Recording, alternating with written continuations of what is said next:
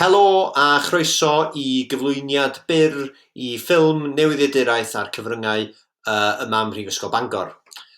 Dyfrig Jones ydy'n enw fi, dwi'n uwch ddarlithydd mewn ffilm, a mi fydda i'n sôn wrthych chi heddiw am be da ni'n neud yma ym Mangor, pwy sy'n ni'n neud o, a sut mae'n cael ei wneud. Dim ond fideo cryno iawn ydy hwn, ond mi fydda i'n rhoi cyfle i chi ar y diwedd gysylltu efo fi, a dwi'n gobeithio clywed gan rhai o'n chi. Felly, be da ni'n neud yma ym Mangor? Wel, mae genna ni 2 gradd yn y maes ni. 2 yn nhw'n gysylltiedig efo'i gilydd a'r 2 yn nhw mewn pynciau sydd yn agos iawn at ei gilydd mewn sawl ffordd.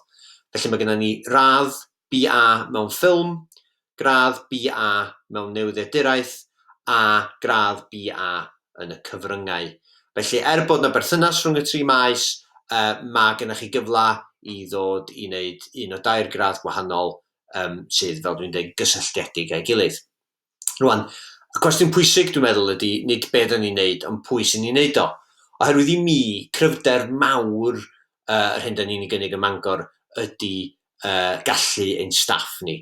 Dwi'n meddwl bod gennym ni dîm o ysgolheigion, ond hefyd tîm o bobl creadigol sydd gyda'r gorau.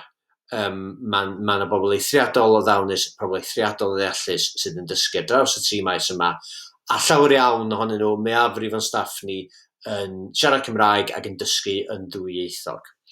Felly, fynd â chi trwy y 3 maes a gan roi chydig bach mwy am y meysydd, ond hefyd ynglyn â pwy sy'n ei darparu nhw. Felly, y maes ffilm, mae gennym ni, i bob pwrpas, 2 dîm yn maes ffilm. Mae gennym ni dîm sydd yn darparu astudiaethau ffilm, sef, pan dwi'n sôn am astudiaethau'r ffilm, dwi'n meddwl amdano fo fel pwnc mwy academaidd, lle mae myfyrwyr ni'n gwylio ffilmiau, yn darllen am ffilmiau, yn sgwennu traethodau, yn gwneud cyflwyniadau yn y dosbarth. Pwnc lle mae rhywun yn astudio ac yn dadansoddi ffilm. Mae gennym ni wrth gwrs hefyd dîm sydd yn dysgu cynhyrchu ffilm. A dwi'n meddwl beth sgynna ni fama ydy cryfder eithriadol ar y 2 ochr. Felly, ar yr ochr astudio ffilm, mae'r achor yma'n cael ei arwain gen Greg Frame a Nathan Abrams.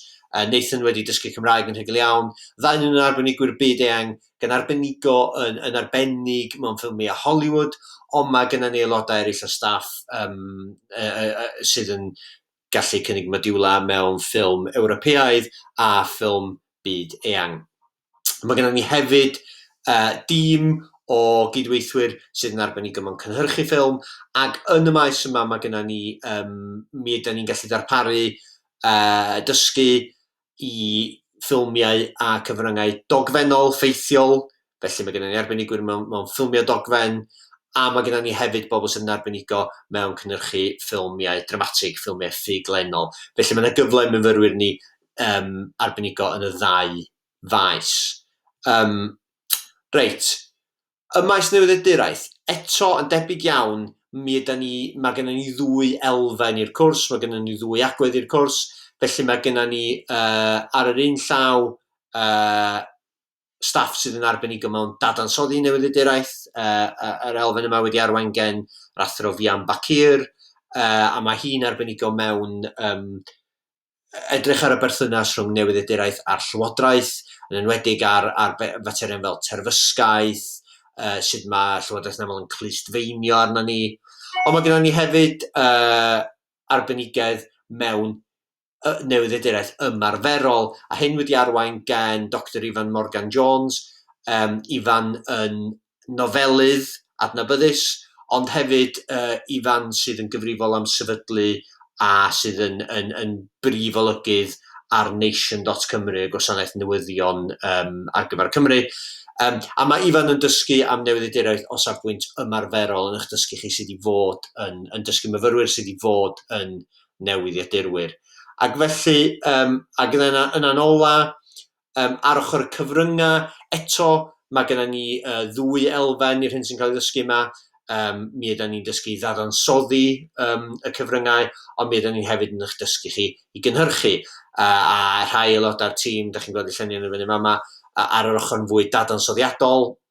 Mae'r athro Andrew McStay yn arbenigwr byd-eang ar breifatrwydd ar cyfryngau, ar hysbysebu digidol, ar foeseg y cyfryngau, ar bolisi cyfryngau, ac yna staff eraill fel Steffan Thomas sydd arbenigedd yn y diwydiannau creadigol, ar un modd Geraint Ellis sydd hefyd yn arbenigwr ar y diwydiannau creadigol, canolbwyntio ar gynhyrchu radio, a mae'n nghefndir i mewn cynhyrchu ffilmau dogfen, teledu a golygu cylchgrona.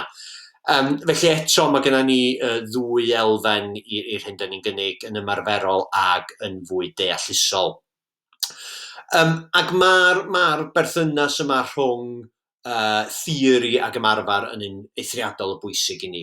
Da ni'n credu bod y ddarpariaeth yn cael ei chyfoethogi drwy annog y myfyrwyr ni, nid yn unig i wneud gwaith meddwl, i wneud gwaith dadansoddi, ond hefyd i wneud gwaith ymarferol i greu.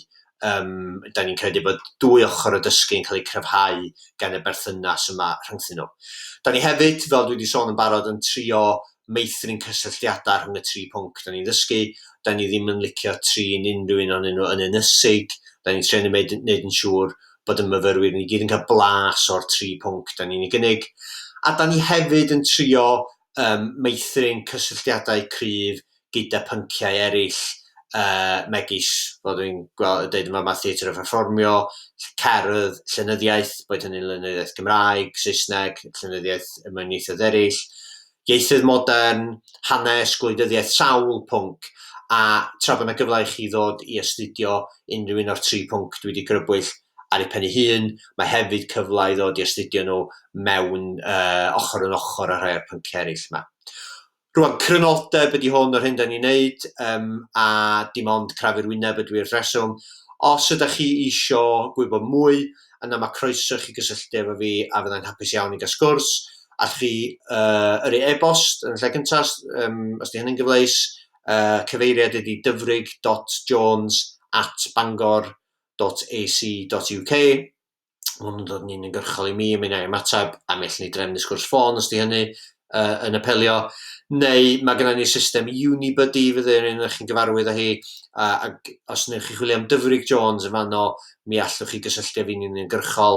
Mae negeseuon yn dod yn syth i'n ffôn personol i, a mi fyddai'n gallu ymateb yn syth. Felly, dwi'n edrych ymlaen i glywed gennych chi, a dwi'n gobeithio yn arw y byddai'n gweld rhai o'ch chi yma Mangor yn y dyfodol agos. Hwyl!